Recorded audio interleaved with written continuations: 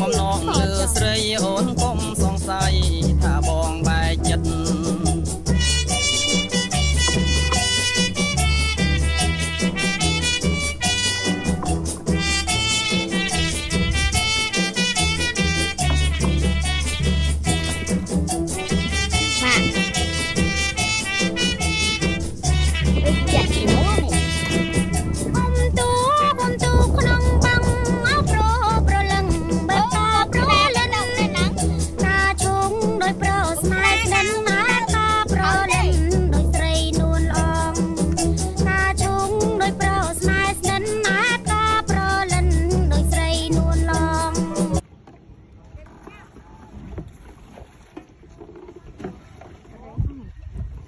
Mạ lành năng thở rồi.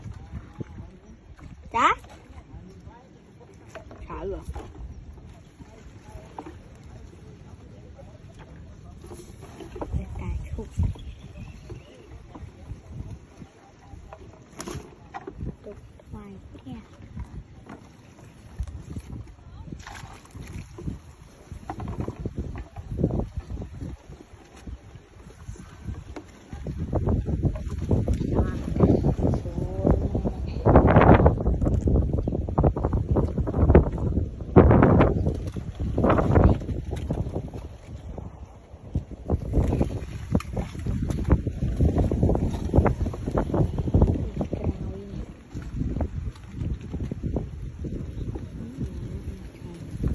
Mười phliêng này không ạ?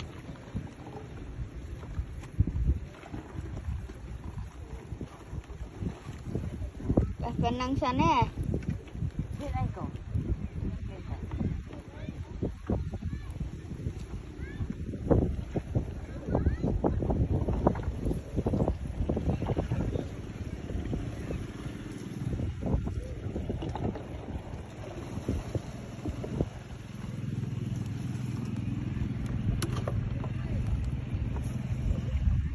Mẹ chú lời nụ. Mẹ chú lời nụ.